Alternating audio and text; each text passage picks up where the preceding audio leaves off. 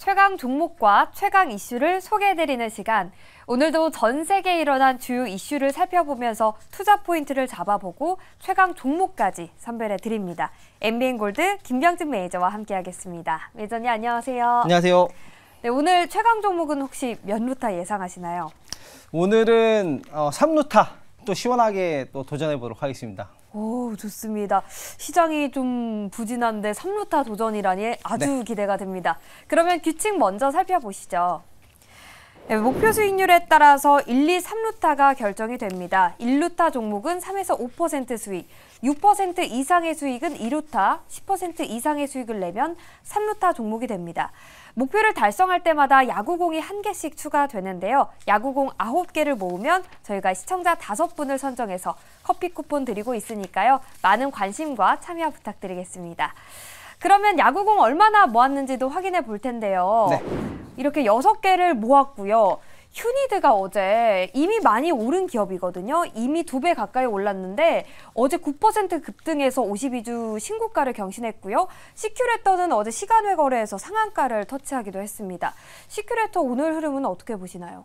어제 시간에 상한가를 갔기 때문에 오늘 뭐 당연히 좋은 흐름이 나올 거라고 생각이 되고요. 뭐 휴니드와 시큐레터의 공통점은 그거예요. 바로 또 사우디 관련된 또 이슈가 있기 때문에 요즘에는 뭐 테마주 장세잖아요. 그렇기 때문에 뭐 테마주 장세, 뭐 그리고 방산 관련주 해가지고 또 수급이 몰렸다라고 보시면 좋을 것 같고요. 시큐레터는 오늘 급등세가 한번 나올 것 같으니까요. 이거 좀 참고하셔가지고 저번에 못 파신 분들은 오늘 수익 내기 딱 좋으실 것 같습니다. 네, 좋습니다. 잘 참고해 보시고요.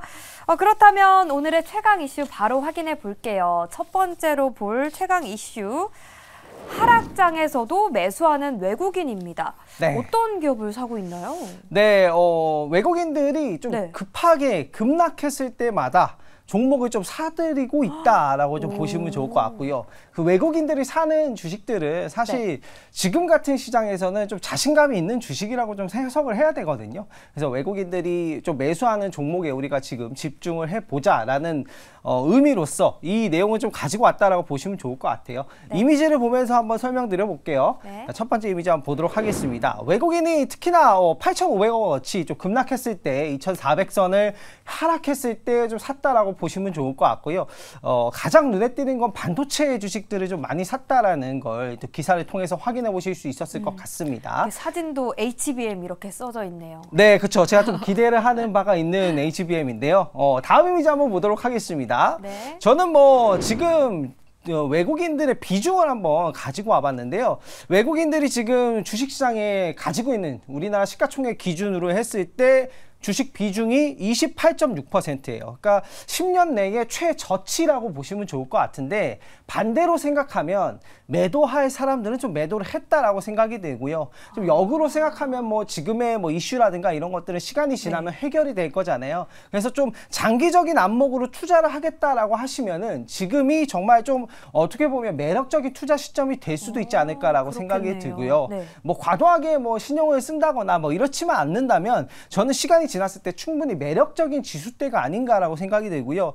사실 외국인들이 이렇게 10년 내에 비중이 가장 적었다. 이런 기회는 거의 뭐 10년 만에 올까 말까 한 비중대잖아요.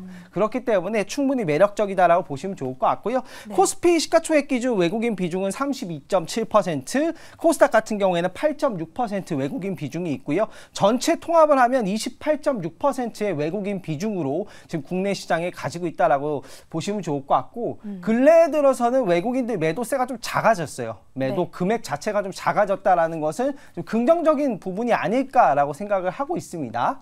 네, 그럼 다음 이미지 한번 보도록 하겠습니다. 매물을 다 소화했다고 보면 될까요? 그래도 많이 소화했다. 이제 던질 만큼은 던졌다. 왜냐하면 2022년도부터 지금까지 이어졌기 때문에 오히려 23년도 전체치를 보면은 조금씩 사들이고 있거든요. 근데 외국인도 분할 매수를 한다라고 좀 생각이 들고 워낙에 또 플로우 자체가 장기적으로 매매를 하는 이제 집단이기 때문에 그 점 좀 네. 참고를 해보시면 좋을 것 같고요. 네. 지금 중요한 게 이제 수출과 수입 금액인데요. 수출 수입 금액 지수를 제가 가지고 왔습니다. 지금 여기 표가 8월 달까지 표인데 한국은행에서 발표한 여기에서 이제 원유 가격이 좀 오르면서 수입 금액 지수가 좀 올랐죠.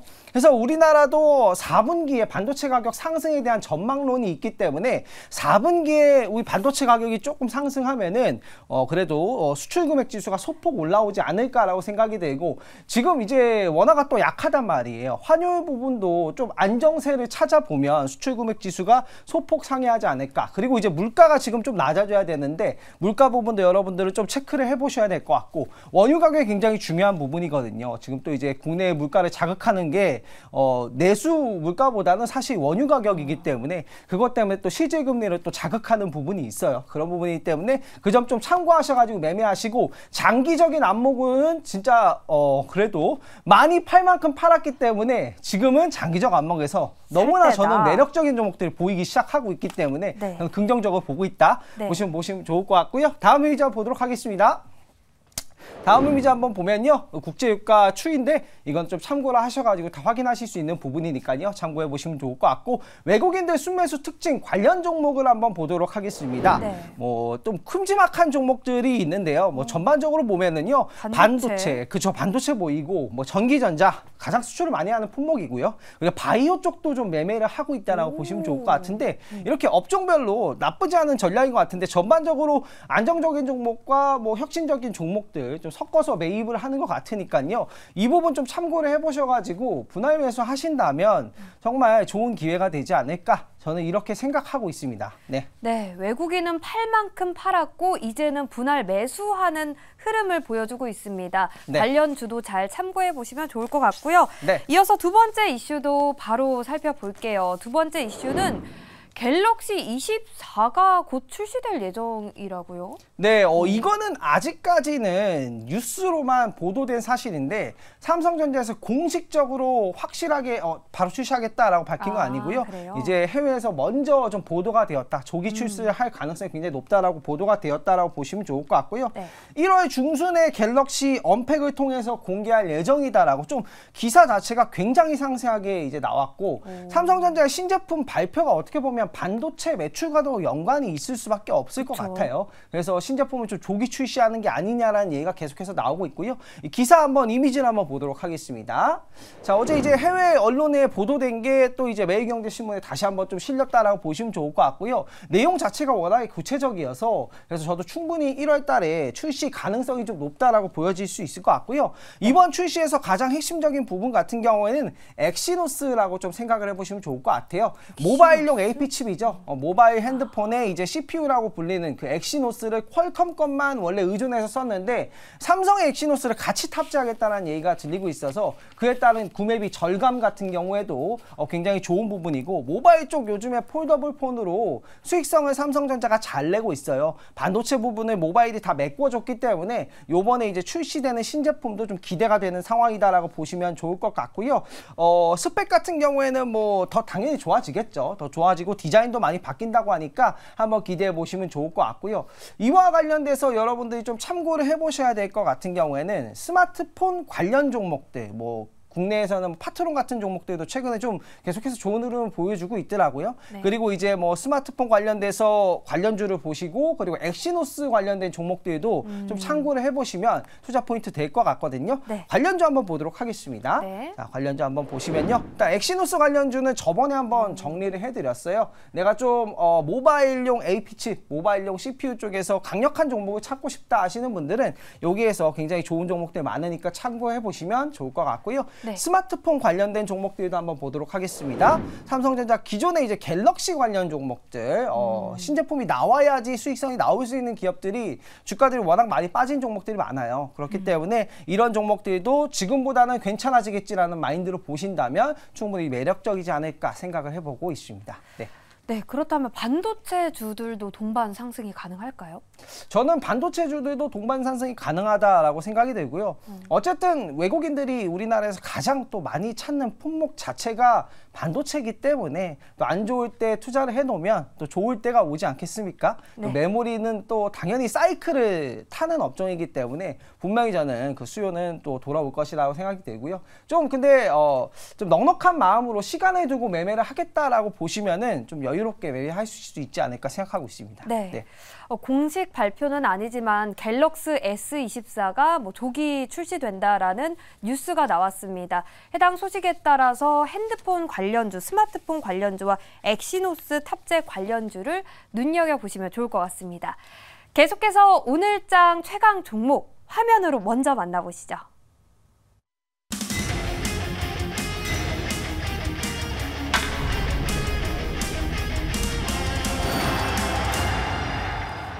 네, 텔레칩스 3루타 10% 이상 수익에 도전합니다.